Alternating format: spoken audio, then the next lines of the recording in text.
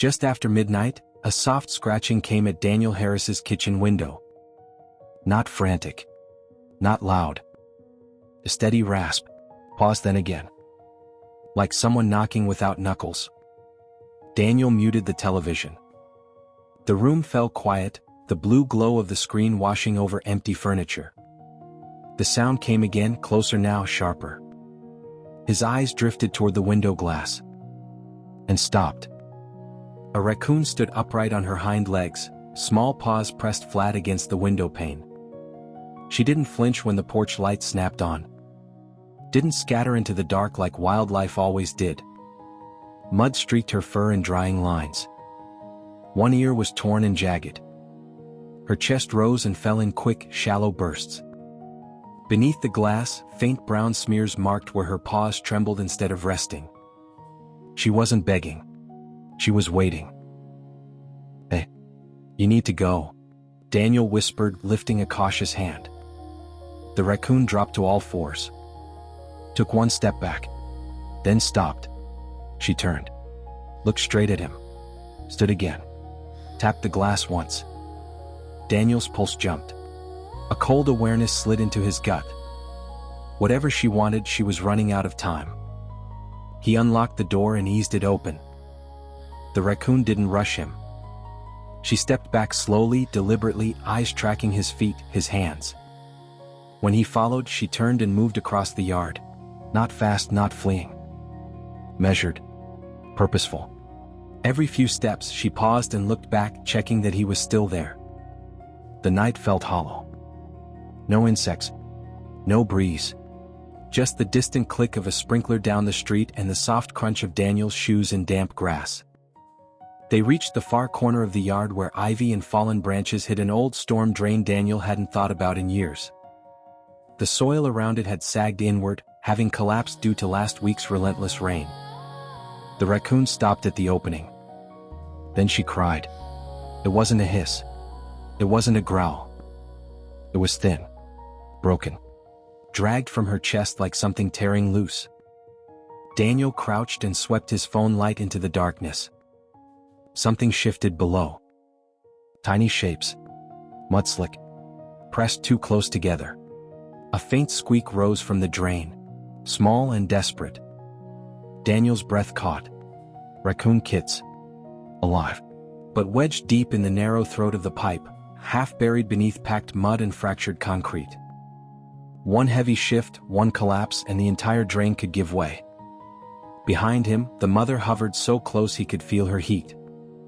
She didn't touch him. Didn't threaten. Her body vibrated with restraint, eyes locked on his hands as if willing them steady. Daniel straightened, heart racing, and turned toward the garage. A shovel. The thought barely finished before he stopped cold. One wrong strike. One vibration. And the ground would bury them all. No, he whispered. He grabbed what he could instead. Work gloves, a length of rope, an old plastic crate. His hands shook so badly he dropped the rope twice before forcing himself to slow his breathing. Control. Be careful. Do it right. Then the soil shifted beneath his knee. Just a fraction, but enough. Daniel dropped flat to his stomach. By hand. He dug slowly, peeling away wet earth a fistful at a time. Mud soaked through his sleeves. Cold crept up his arms. The smell of damp soil and rust filled his lungs. His shoulder burned from the angle. His fingers numbed. Minutes stretched, not in silence but in pressure. The mother never moved. Never blinked. She watched every inch he cleared. Daniel's knuckles brushed fur. The first kit came free, shuddering, impossibly small. He wrapped it in his jacket and lifted it out. The mother surged forward, scooping the baby to her chest, licking mud from its face with frantic care. A sound slipped from her, so soft it barely existed. Daniel went back in. Second kit. Then a third. Then a fourth. Each rescue followed the same rhythm. Dig, lift, retreat. Then the mother reclaiming her baby as if it might vanish again. Then the drain went quiet. Daniel leaned closer, heart pounding. There's one more, he breathed. He slid his arm deeper into the pipe. Concrete scraped his sleeve. Debris pressed hard against his forearm. His fingers searched and froze. The last kit was wedged tight, pinned beneath a slab of broken concrete. No movement. For a moment, Daniel thought he was too late. He swallowed and started to pull back. Then, a twitch.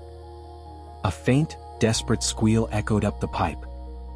Daniel flattened himself against the ground, cheek pressed into cold grass.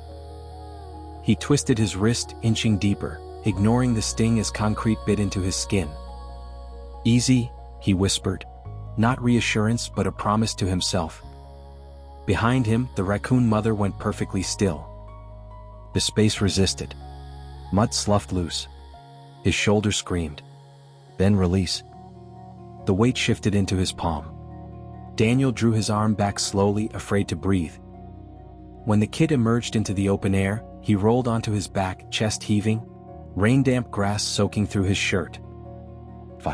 Five small bodies lay alive on the lawn. For a long moment, no one moved. Then the mother stepped forward. Not toward her babies, but toward him. Daniel froze. She stopped inches from his outstretched wrist. Her fur was still matted, her sides still trembling, but her posture had changed. No panic. No urgency. She lowered her head, and gently, almost carefully, touched her nose to his skin. What? The contact was light. Warm. Deliberate. Daniel didn't move. Didn't breathe. The world narrowed to that single point of contact and the understanding it carried. Then she turned away. She gathered her babies one by one, curling her body around them, forming a living barrier between them and the dark yard. Her movements were quick now. Efficient. Protective. Only then did it hit him. She hadn't come for food. She hadn't come out of instinct alone. She had come because she had run out of time. And somehow, impossibly, she had trusted him with what mattered most. The raccoon lifted her kits by the scruff, one at a time, and carried them toward the tree line. At the edge of the shadows, she stopped and looked back. Her eyes met Daniel's, calm, steady, and whole. Then she disappeared into the night. The yard felt suddenly empty. Mud streaked the grass. The storm drain gaped open, broken, and exposed. Daniel stayed there until dawn thinned the darkness and birds began to call. Later that morning, he called the firefighters to secure the drain, sealing the danger he hadn't known existed beneath his own yard. Life moved on. Weeks passed. Then one evening, rain returned, soft and steady against the windows. And scratching came at the glass. Daniel didn't freeze this time. He opened the door. The raccoon stood on the porch, fur clean now, eyes bright. Behind her, 5 half-grown kits spilled forward, clumsy and curious, tails tangled as they tried to see him all at once. She didn't come closer. She didn't linger. She simply waited long enough for him to count. 5. Then she turned, her kits scrambling after her, and vanished into the rain. Daniel closed the door slowly, heart full in a way he couldn't explain. Some gratitude doesn't need words. Sometimes the wild remembers.